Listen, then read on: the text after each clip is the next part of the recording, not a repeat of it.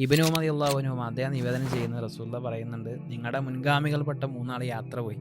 രാത്രിയായപ്പോൾ ഒരു ഗുഹയിൽ അവർ അഭയം തേടി. പക്ഷെ ഗുഹാമുഖം ഒരു പാറ വന്ന് അടഞ്ഞു കളയാണ്. പക്ഷെ അവർ പരസ്പരം നീക്കിയിട്ടൊന്നും പാറ നീങ്ങണില്ല. എന്നിട്ട് അവർ മൂന്നാളും പറയുന്ന വർത്തമാനം, ഇന്നഹു ലാ യുൻജിക്കും മിൻ ഹാദി സ്വഖറ ഇല്ലാ അൻ തദുല്ലാഹ ബിസ്വാലിഹി അഅമാലിക്കും. നമുക്ക് ഇവിടുന്ന് രക്ഷപ്പെടാൻ ഒരു മാർഗ്ഗമില്ല. നമുക്ക് അള്ളാഹുവിനോട് നമ്മുടെ സ്വാലിഹായ കർമ്മങ്ങളെ മുന്നിൽ വെച്ചുകൊണ്ട് പ്രാർത്ഥിക്കാമെന്ന്.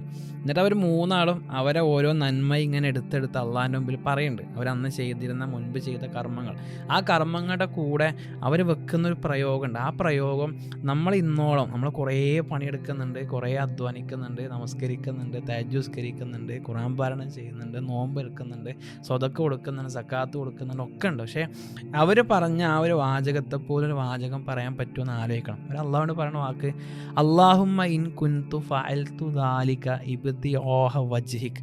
അള്ളാഹുവെ, ഞാൻ ആ കാര്യം അന്ന് ചെയ്തത് നിന്റെ പ്രതിഫലം മാത്രം ആഗ്രഹിച്ചു കൊണ്ടാണെന്ന് പോലും പറയില്ല, ആണെങ്കിൽ നിനക്ക് ഉറപ്പുണ്ടെങ്കിൽ, നിനക്ക് ബോധ്യമുണ്ടെങ്കിൽ 100% എൻ്റെ ഉള്ളിൽ ഞാനത് ചെയ്യുമ്പോൾ വേറെ ഒന്നും ഞാൻ മനസ്സിൽ കരുതിയിട്ടില്ല എന്ന പൂർണ്ണമായ ബോധ്യം ഉണ്ടെങ്കിൽ മാത്രം രക്ഷപ്പെടുത്തിയാൽ മതി എന്നാണ് മൂന്നാൾ പ്രാർത്ഥിക്കണേ.